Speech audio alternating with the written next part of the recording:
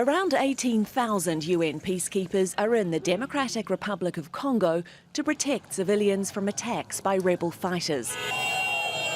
But some civilians went on the attack themselves at a UN compound in North Kivu province on Monday, accusing peacekeepers of failing to fulfill their mandate. UN is supposed to keep peace in North Kivu, but we never see the peace. Yeah, so we are so hungry. We don't want them to stay here in North Kivu. Peacekeepers guarded what's left of their base in the eastern city of Beni, while a second compound nearby became Tuesday's target.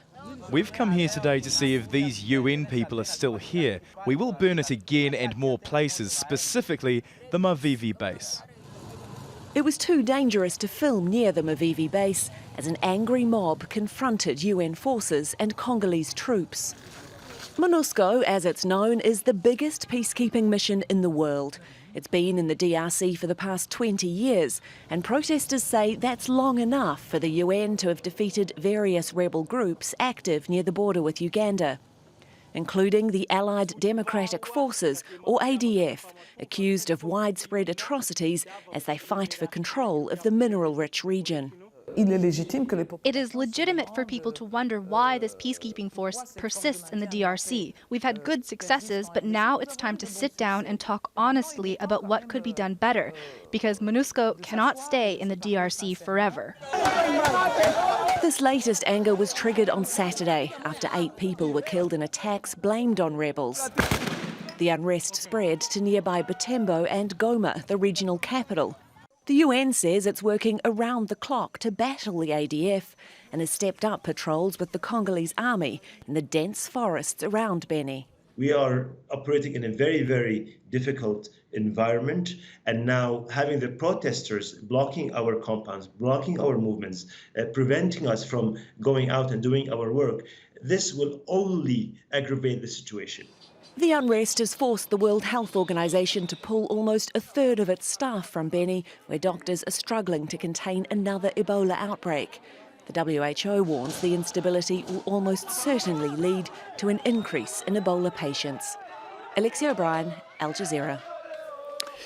Maurice Carney is Executive Director at Friends of the Congo. That's an advocacy organisation promoting peace in the DRC, and he joins us from Silver Spring in Maryland. It's good to have you with us, sir. I just want to get from you some indication of where you think things are going wrong here. This is one of the biggest UN peacekeeping operations in the world. They've been there for 2 decades, and people have lost so much confidence in them that they want them out. Yeah, and it's quite logical, considering that the UN mission is there to protect the population, and population is not being protected. Things are getting worse in terms of stability and security. So it's a natural response on part of the local population to want them out. However, we have to quickly pivot to the ultimate guarantor of peace and stability in the Congo. That's the Congolese government. So what kind of leadership is the Congolese government providing? What kind of support is the Congolese government providing to the people of Beni? The current president, Felix Tshisekedi, when he was running for office in December of 2018, he said he was going to camp out in Beni until peace comes. Has he done that? Has he assumed responsible leadership in making the Beni region a priority? So I think that's where we really quickly need to pivot to, because ultimately, it's the Congolese government that has to exercise authority over its territory. And it's not just a military question. It's a question of political will, a question of political leadership. It's a question of engaging the local community in bringing about stability. So that's the kind of vision that we need to see coming from Kinshasa in order to assure that there's any prospects for peace and stability in the Beni region and the east of the Congo as a whole. What we are hearing from the protesters very clearly is that they want the UN out. Now, yes. If the UN was to leave, how would that help the situation, given that the Congolese forces have struggled thus far to be able to deal with the rebel group, the ADF? Well, I mean, it's been 20 years, right? And the situation hasn't improved. So how is staying going to help? You surely can understand the frustration on the part of the population. I think really a key element of this is for the Congolese government to make the region a priority. We saw even during the elections where the people were excluded from the elections.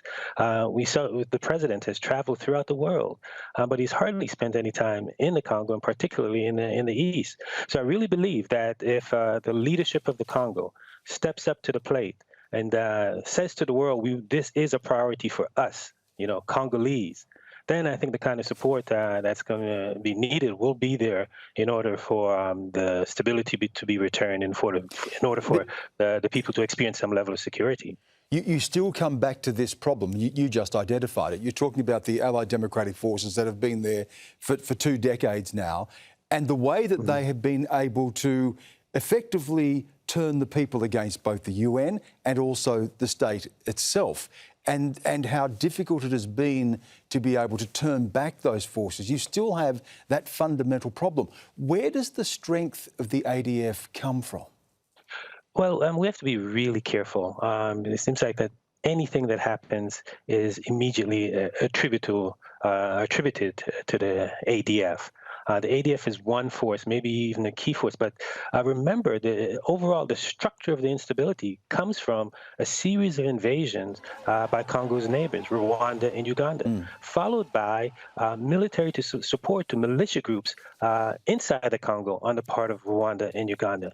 Then you also have folks in the Congolese military who are also part of the problem in terms of fomenting insecurity. So to attribute everything to the ADF would be mistaken in terms of laying a path for bringing about solution. It has to be a holistic approach that deals with local issues, land, citizenship. It deals with questions of the Congolese military and wrongdoings on the part of the Congolese military, and also holding Congo's neighbors accountable, Rwanda and Uganda, for their continued instability and foment and pilfering of Congo's resources. So all these have to be taken into consideration. To just reduce it to the ADF, I think, would be mistaken and wouldn't lead to a solution that would be durable or sustainable. And of course, add to that, you have an Ebola crisis as well, which is just another complicating factor. So we have to leave it there. Thank you so much for giving us your time. Maurice Carney there. Okay, thank you.